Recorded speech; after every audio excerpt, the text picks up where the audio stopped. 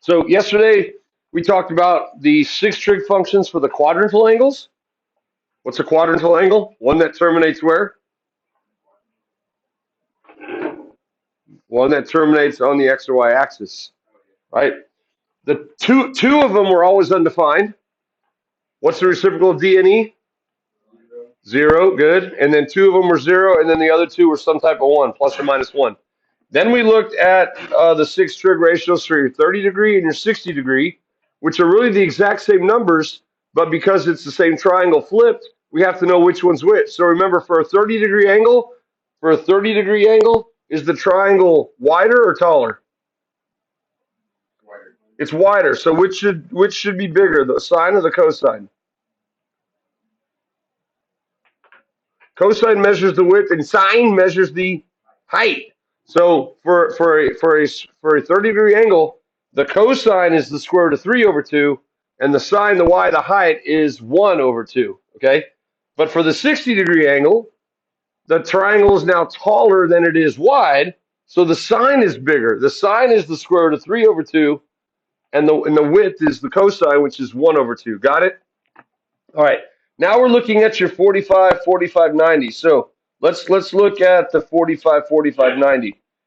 This was the last of your special right triangles in geometry. So you had a 45, 45, 90. So this was an isosceles right triangle. Very nice, an isosceles right triangle. Do you remember the unit side lengths for your 45, 45, 90? Yeah. Yeah. I think you memorized it as x square root of 2x or something like that.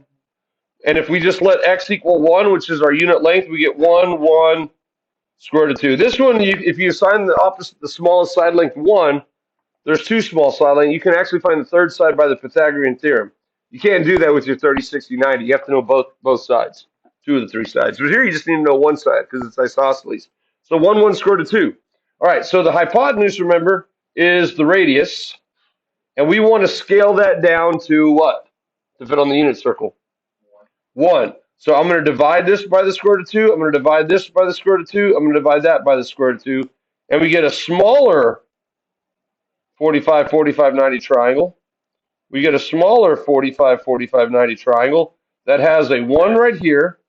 And what's another name for, let's come over here. What's another name for 1 over the square root of 2 if I rationalize it? Very good. That's the square root of 2 over 2. So this becomes square root of 2 over 2, and this becomes square root of 2 over 2. And there's our new 45, 45, 90 triangle that's a little bit smaller, but now it fits on the unit circle. Okay? Now what we're going to do is we're going to superimpose the x and y axis on top of there. And we get our x to be the square root of 2 over 2. We get the y to be square root of 2 over 2 because it's isosceles, and the radius is 1. So do we know all 6 trig functions now? Yes, let's list it. Sine of 45 degrees should be y over r. What's y over r? Square root of 2 over 2 over 1, which is square root of 2 over 2. Guess what the sine of 45 degrees always is? It's always the square root of 2 over 2. Always. Guess what the cosine of 45 degrees is? It's x over r, which is square root of 2 over 2 over, yeah. It's at your 45, it's isosceles, right? So the width and height are the same. The width and the height are the same. Look how easy this is. What's your tangent of 45 degrees? That's y over x. That's the square root of 2 over 2 divided by the square root of 2 over 2. What's anything divided by itself? 1.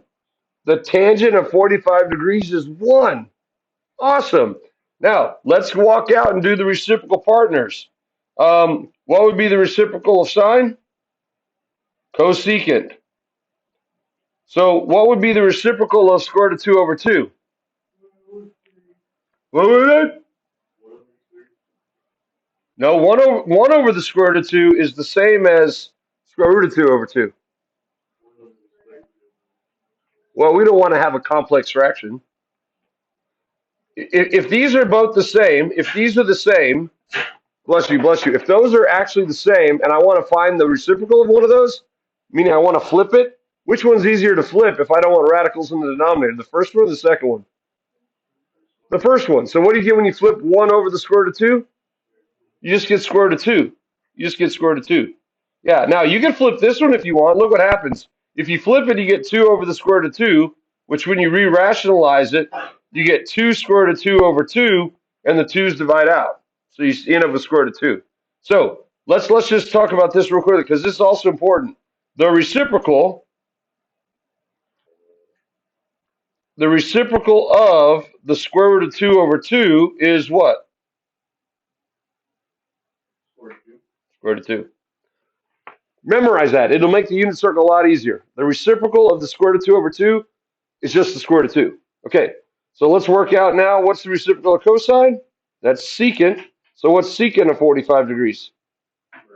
It's also the square root of 2. Fantastic. And you're going to love this one.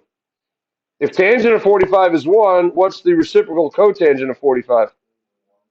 What's the reciprocal of 1 we said yesterday? 1. What's the reciprocal of negative 1 we said yesterday? Negative 1. And what was the reciprocal of 0 yesterday? D and E. And what's the reciprocal of D and E yesterday? 0. And what's the reciprocal of the square root of 2 over 2 today? Square root of 2. And what's the reciprocal of square root of 2? Square root of 2 over 2. Good. They're each other's reciprocals. You got it? We're developing a little bit of proficiency here.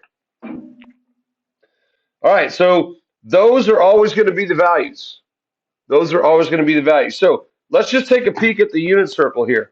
The unit circle looks then at all of the quadrantal angles with a radius of 1, and it looks at all of the multiples of 30, 45, and 60. Okay? And because they're the same reference triangle just reflected into the different quadrants, you might notice that your numbers are the same, the signs are just different. So for instance, if I just look at my 30-degree angle, which is right here, I'm not going to draw the triangle for all of them. But if I draw my perp down right there, I get my 30-degree triangle, yes? Okay? Notice the ordered pair there is square root of 3 halves, 1 half. See that? This is your x coordinate, which means that that's the width. This is your y coordinate, which means that's the height. What did we say the cosine of 30 degrees was? By the way, the radius is 1.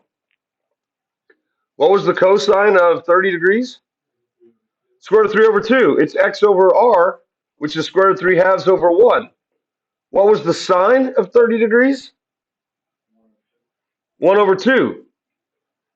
Notice that the cosine value of 30 degrees was nothing more than the x coordinate, wasn't it? And the sine of 30 degrees was nothing more than the y coordinate. Now, why the heck is that? Look at this. If cosine of theta is x over r, and sine of theta is y over r, on the unit circle, yes, when r equals 1, we get cosine of theta equals x over 1, which is just what? X. And we get sine of theta is y over 1, which is just y. Oh my diggity darn it. On the unit circle, the ordered pairs that are all around the perimeter give you your cosine value of that angle and the sine value of that angle. They give you the cosine value and the sine value. So if you memorize the ordered pair there, you not only know the cosine for that angle and the sine for that angle, but can you get the other 4 trig functions from that angle as well, from that ordered pair? Yes. Yes, because it's also the x and the y and the r is always 1. Yes, yes? So let's look at this. What would the okay, let's do the easy one first. If the cosine of 30 degrees is square root of 3 over 2, what would the secant of 30 degrees be? 2 square root of 3 over 3, right? How do we get that? We flip the square root of 3 over 2 to get 2 over the square root of 3, and we re-rationalize it to get 2 root 3 over 3. Cool. Well, if the sine of 30 degrees is a half, what's the cosecant of 30 degrees?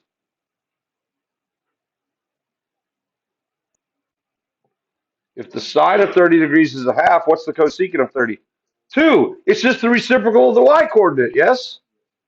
So if you know the x coordinate is cosine and you know the y coordinate is sine, then the reciprocal of the x coordinate is the secant and the reciprocal of the y coordinate is the cosecant.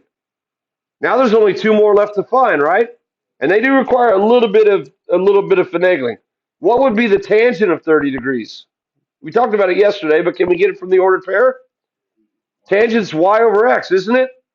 What did we say yesterday when you do y over x happens to the denominators? They divide out. They divide out. So really, the tangent of 30 degrees is not just y over x, it's the numerator of y divided by the numerator of x. That's 1 over the square root of 3. See that? 1 over the square root of 3. But we rationalize that to get what? Square root of 3 over 3. So what's the tangent of 30 degrees? Square root of 3 over 3. And then the last one, the cotangent. The cotangent is x over y. What's going to happen with the 2's when we do x divided by y? They'll divide out. So really, the cotangent is not just x over y. It's the numerator of x divided by the numerator of y, which is the square root of 3 divided by 1, which is what? Square root of 3. So what's cotangent of 30 degrees? Square root of 3. You see how that works? That's why we rationalize the denominator all the way around.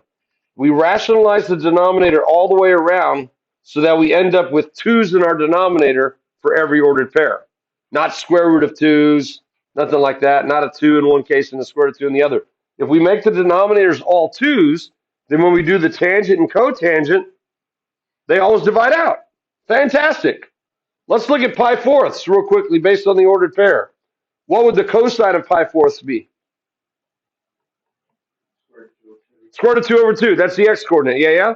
What would the sine of, I'm sorry, I'll use 45 degrees. We haven't done radians just yet. What would be the sine of 45 degrees? Square root of 2 over 2. That's the y value. What would the secant of 45 degrees be?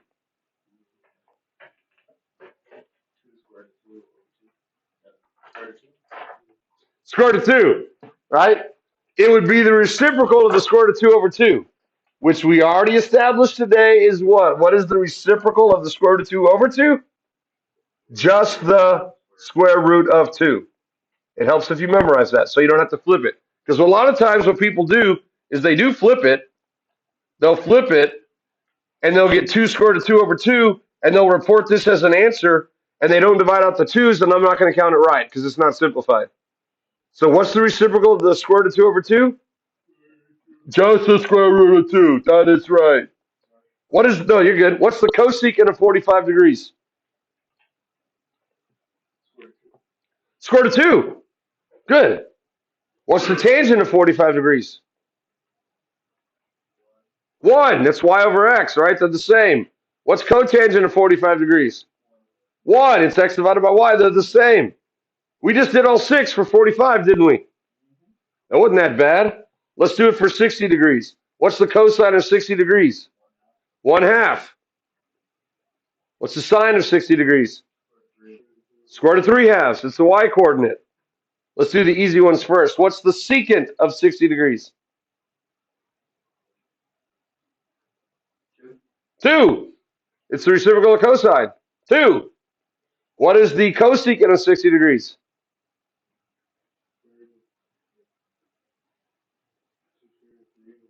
2 square root of 3 over 3. 2 root 3. You can just say 2 root 3 if you want to use sphere syllables.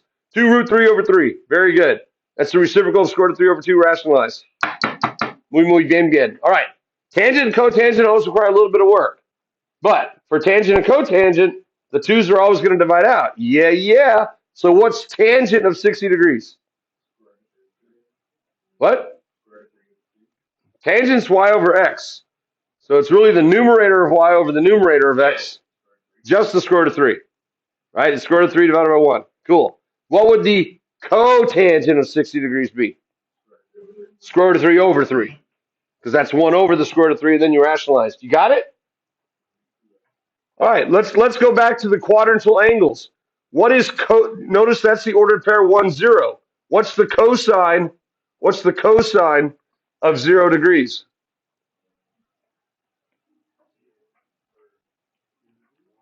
It's 1. It's just the x-coordinate, right? Let's establish that. The x is the cosine. The y is the sine. So what's sine of 0 degrees? 0. What would be the secant of 0 degrees? 1. It's the reciprocal of 1, which is 1. What would be the cosecant of 0 degrees? The cosecant of 0 degrees. dne. It's the reciprocal of 0. What's the reciprocal of 0? dne. Okay. What is the tangent of 0 degrees? It's 0, because it's 0 divided by 1. It's y over x still. It's 0 divided by 1. What's 0 divided by 1? 0. What is the cotangent of 0 degrees? dne. That's 1 divided by 0. Can't divide by 0. That's dne. All right, we just did all 6 for 0. Let's do 90 degrees.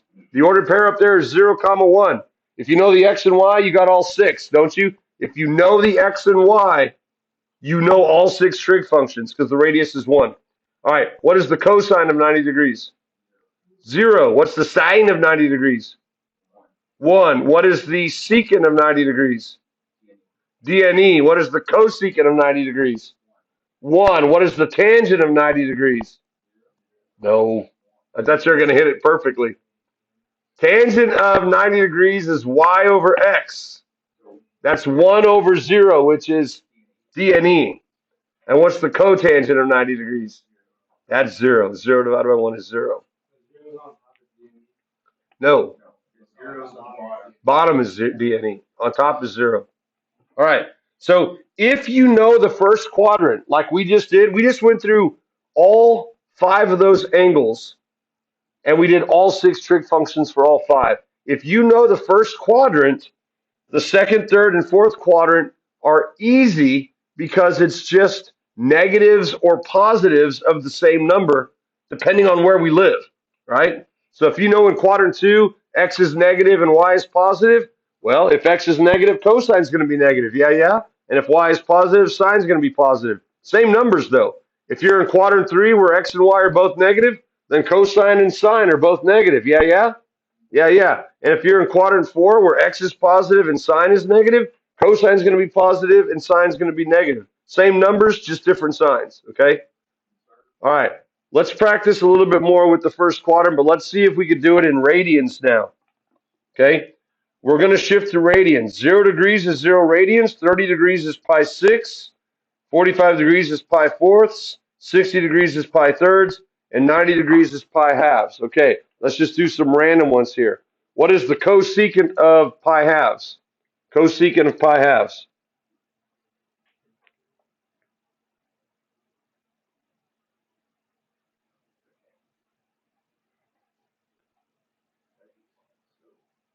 Cosecant of pi halves. Cosecant is the reciprocal of sine. What's sine of pi halves? What's sine of pi halves? No, sine is y. What's the y value at pi halves? 1. So what's sine of pi halves? 1. So what would cosecant of pi halves be? 1. The reciprocal of 1 is 1. When I say cosecant of pi halves, it's the same question as cosecant of 90. I'm just using pi halves instead of 90. It's the exact same thing. Got it? All right, we only have time for one more maybe. What would the cotangent of pi 6 be? Cotangent of pi 6. That's the same question as cotangent of 30. Square root of 3 over 1, which is square root of 3. Yeah, there you go. That's how we're going to use the unit circle, okay? If you got quadrant 1, you can figure out the others. All right, Monday, I'm going to show you the video of me creating the whole thing, and we'll do a little bit more of what we did today about using it. Okay.